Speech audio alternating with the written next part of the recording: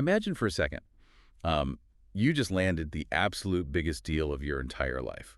Like your product is going into over 600 massive warehouse stores nationwide. Oh, yeah, it's the dream. Totally the dream. I mean, you buy the raw materials, you manufacture all the units, design the packaging, ship these huge pallets across the country. But there's a massive catch here. A really terrifying catch for a lot of people. Right. You will not see a single dime from that retailer until like months after your product actually hits their concrete floor. So today, we're doing a deep dive into the brutal high-stakes roadmap of getting into Sam's Club. Yeah, because it's a completely different universe from your traditional retail. I mean, the rules of engagement, the actual physics of the packaging, the cash flow realities, like everything is just magnified to an extreme degree. Yeah, and to figure out how a brand actually survives that whole gauntlet, we are unpacking a step-by-step guide originally laid out by Johann Jacob. Right, the president of Retailbound. Exactly. And, they're a firm that bridges that gap between product creators and retail buyers. So this isn't just some theoretical business school exercise.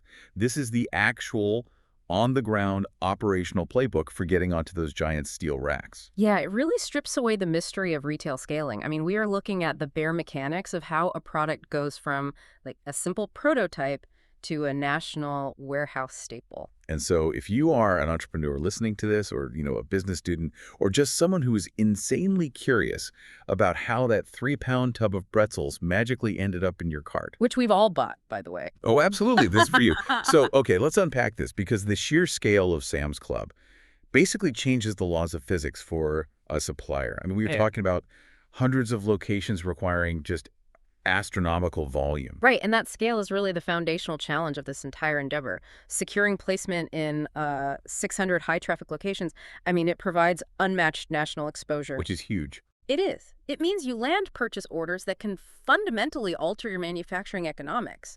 Like, producing at that kind of volume drives your per-unit costs down drastically. Right. It immediately legitimizes your brand, basically. Exactly.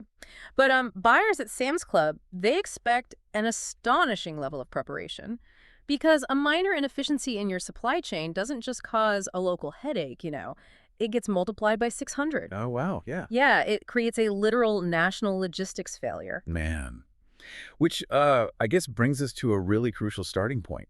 We've established this massive scale, right? Mm. But before you can even think about pitching a buyer, you need to know exactly who is wandering those massive aisles. Right, you have to know the end consumer. Yeah, and I actually want to push back on a common assumption here. Because when I think of walking into a huge warehouse and buying like a 64-pack of toilet paper, I just think of saving pennies. I mean, isn't a warehouse club essentially a race to the absolute lowest possible price? That is actually the most persistent misconception out there. It really is. Yeah.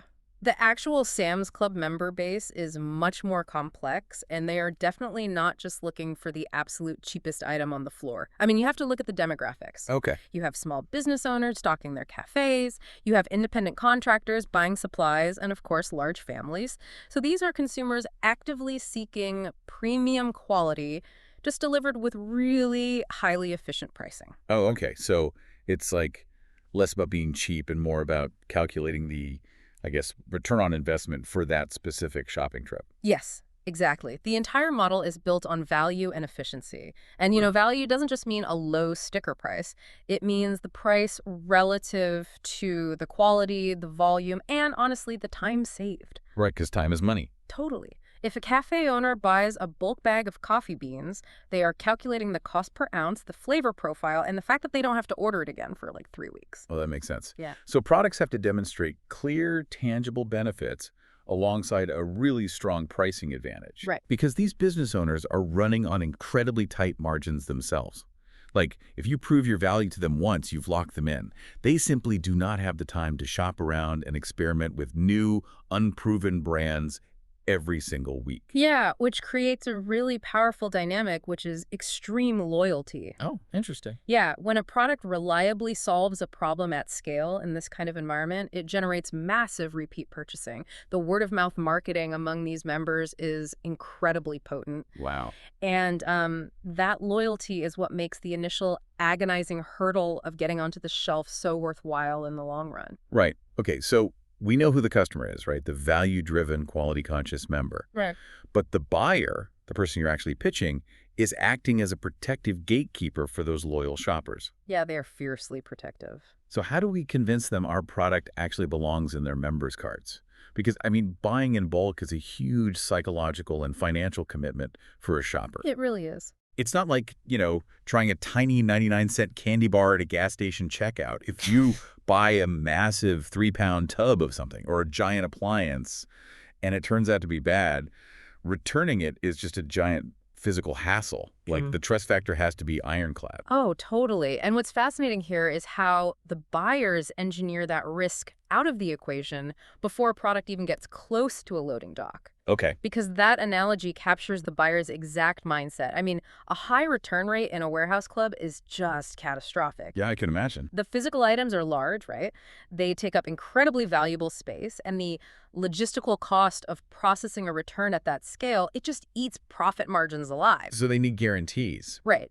Trust is the baseline, but buyers use a very strict multi-point filter to actually guarantee it. Meaning they aren't just going with their gut.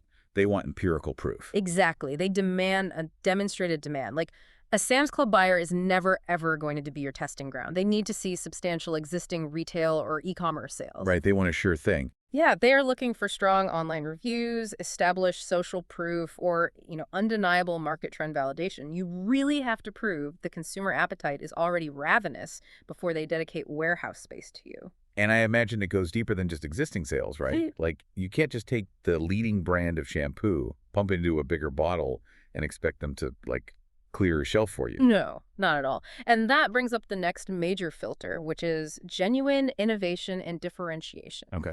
Buyers are actively looking for unique features, creative bundled offerings, or something that just fundamentally shifts the category. And increasingly, sustainability is moving from a, nice-to-have bonus to a strict non-negotiable requirement. Wait, really? Let's dig into that sustainability piece, because I imagine it's not just about, corporate social responsibility. It has to be tied to the mechanics of running 600 giant buildings. Oh, absolutely. It is entirely tied to logistics and physics. I mean, think about a 600-store warehouse network. That operation generates an astronomical amount of cardboard and plastic waste every single day. Just mountains of it, yeah. Exactly. So if your brand utilizes eco-friendly, reduced waste packaging, you aren't just saving trees, you are physically reducing the volume of trash that Sam's Club literally has to pay to haul away. Oh, wow. So you save them millions in logistical disposal costs. Pure economics. Man. Okay. So let's say you survive that initial filter. You have a high-quality product. You have the e-commerce sales data. Your packaging reduces waste. You fit the criteria. Yep, you're looking good. Now we have to talk about getting, quote-unquote, warehouse ready, which means the physical and financial reality check. And this actually leads me to a very naive question. Okay, let's hear it. If I have a product that sells great at a standard grocery store, can't I just take that exact same packaging, maybe shrink wrap 3 of them together, and ship them to a warehouse? The short answer is absolutely not. And trying to do so will literally get your product rejected at the dock. Seriously. Just rejected right there. Right there. You have to understand the physical environment. In a standard grocery store, your product sits on a shallow, neatly organized metal shelf, probably under nice lighting. Right. In Sam's Club, there are no traditional shelves. Your product is going to live on a wooden pallet stacked extremely high in a cavernous industrial aisle. Wow. Which means the box itself has to act as, the shelf, the billboard, and the structural support all at once. Yes, that requires completely re-engineering the physics of your packaging. I mean, it has to be incredibly durable for bulk handling by forklifts. Oh, they're just tossing these things around. Exactly. It must support larger pack sizes without collapsing under the weight of the boxes stacked above it. And crucially, it has to be perfectly optimized for a standard 40 by 48-inch pallet. Okay, what happens if it's not? Well, if your boxes overhang the edge of that wooden pallet by even half an inch, it compromises the structural integrity of a 2,000-pound stack. It will lean, it will crush, and the buyer will reject the entire shipment. That is insane. Yeah. So the physical box has to survive a brutal beating. Yeah. But the financial and supply chain preparation we are looking at is just as intense. The pricing math seems like a puzzle where you have almost zero room for error. The pricing math breaks a lot of unprepared brands, honestly. Yeah. When you set your wholesale price, you cannot just calculate your manufacturing costs and add a standard markup. Right. You have to build in Sam's Club's required profit margins. You have to absorb specific operational and program fees associated with just being a supplier. Wow. And after all those layers of costs are baked in, the final retail price sitting on the warehouse floor still has to offer a massive, undeniable discount to the consumer compared to what they'd pay anywhere else. So let me get this straight. Yeah. You have to deliver a cheaper price to the shopper while paying for tougher, pallet-ready packaging and absorbing warehouse operational fees. Yeah. That requires a supply chain that literally doesn't waste a single cent. And it requires absolute, unshakable reliability. A supplier must prove they can scale production to meet immense volume without a single drop in quality. Right. They have to maintain flawless lead times. And this brings us to routing guides, which are essentially these microscopic schedules for delivery. Microscopic? Like how strict are we talking? Extremely strict. If your freight truck arrives at a Sam's Club distribution center just 15 minutes outside of its assigned delivery window, the dock is given to someone else. Wait, are you serious? 15 minutes? Yes. Your truck is turned away. And that creates a cascading failure that results in empty pallets across multiple states. That is a staggering amount of operational pressure. But okay, let's assume the brand has done the work. The packaging is structurally perfect for a pallet. The margins make sense. The supply chain is like a synchronized swimming routine where no one misses a beat. Right. Now comes the moment of truth, the actual pitch to the buyer. Yeah, and the application process is incredibly comprehensive. You are submitting your exhaustive sales history, you're defining your target consumer with absolute precision, and mapping out your competitive advantages and pricing structure. That sounds like a lot of paperwork. It is. But ultimately, the buyer is looking for a product that accomplishes one of three things. It must fill a totally unmet need in their current aisle, it must significantly improve upon the existing assortment, or it must offer vastly superior value compared to what is currently sitting on their pallets. Okay, here's where it gets really interesting, though, because you can have all that data, but there's a specific strategy, like a sort of secret weapon for getting a buyer's attention. And it's this concept of offering member-exclusive value. Yes, this strategy goes straight to the heart of the warehouse club business model. Right, because of the memberships. Exactly. Sam's Club generates a huge portion of its revenue just from membership fees. Therefore, the buyers are under constant, intense pressure to prove to the shoppers that renewing that membership is actually worth the money. So how do you leverage that as a brand? To win over those buyers, smart brands offer unique product configurations, special bonus bundles, or what the industry calls club-only SKUs. Okay, so a SKU, a stock-keeping unit, that a consumer literally cannot purchase anywhere else on the planet. Yes. You are basically giving the Sam's Club buyer a competitive weapon. It dramatically improves your chances of acceptance because it makes the buyer look brilliant to their members.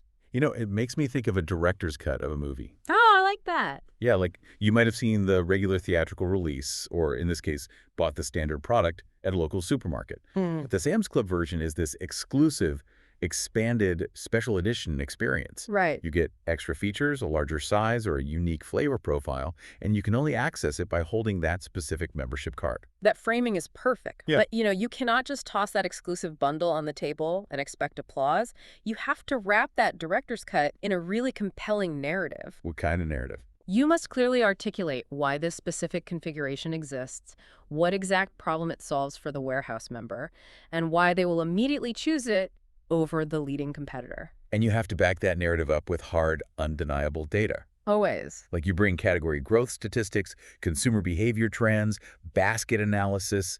I mean, if you can show a buyer that customers who buy your product also tend to buy high-margin items like electronics or premium meats. Right. You are reducing their perceived risks. Exactly. You are telling a great story, but you are bringing the receipts. You are proving mathematically that the story will result in profit. Boom. So you tell the story, you bring the data, you offer the exclusive bundle, and the buyer says yes. It feels like you've crossed the finish line. It does feel like that, yeah. But the reality is that the real trial is just beginning in the negotiation and post-placement phases. Let's talk about the financial shockwave of this, because the mention of payment terms in the guide is where I think a lot of small brands might have an actual panic attack. Oh yeah, the fine print is where the romance of retail scaling collides with reality. Wait, okay, so Suppliers generally operate on net payment terms, meaning payment is issued after the product delivery. Correct. Let's trace the actual timeline of that cash flow. Day 1, I buy all the raw materials. Day 30, I pay the factory to manufacture the massive volume. Day 45, I pay for the specialized bulk packaging and freight shipping across the country. Yep, the bills are piling up. Day 60, it finally hits the warehouse floor. And I might not get a check from Sam's Club until day 90 or day 120. Yeah, and if we connect this to the bigger picture, it is the single most common reason unprepared suppliers go bankrupt. Wow. You essentially have to act as a bank for your own product for months. You are floating hundreds of thousands, potentially millions of dollars in capital. That's terrifying. It is. Sam's Club is utilizing your capital to stock their shelves, which makes their own cash flow incredibly efficient, but puts an immense strain on yours. If you cannot bridge that financial gap, you just cannot survive as a supplier, regardless of how incredible your product is. Man, you really have to look at your bank account and realize you are funding a national rollout out of pocket. Pretty much. Okay, so let's say you secure the financing. You survive the cash flow crunch. The pallets arrive on time, no overhang, perfect condition. You are officially on the floor. Celebrate for a minute, but just a minute. Right, because how do you ensure you stay there? Getting kicked out after one massive order would be absolutely devastating. Right. Surviving post-placement requires intense, proactive vigilance. You cannot just drop the pallets off and hope for the best. So what are you doing instead? Brands must actively monitor their weekly sales data down to the regional level. Like, if your product is flying off the pallets in the Midwest but stagnating in the Northeast, you need to investigate those demographic differences immediately. Okay. And you have to adjust your forecasting and replenishment models so you don't overship to a dead zone. Gotcha. So you are basically managing the inventory, not just the retailer. Yes. Furthermore, you have to actively drive in-store visibility. The most successful warehouse brands invest heavily in product demonstrations. Oh, like those sampling stations. Exactly, the ones that create a sensory experience for the shopper. They also fund special pallet displays at the end of aisles or seasonal promotions. These initiatives are designed to accelerate the sell-through rate. The sell-through rate. Yeah, that's the speed at which the product literally moves from the pallet to the shopping cart. Ah, okay. Because the buyer is definitely watching that sell-through rate on their dashboard every single day. They absolutely are, which is why constant, transparent communication with your buyer is the final load-bearing pillar of longevity.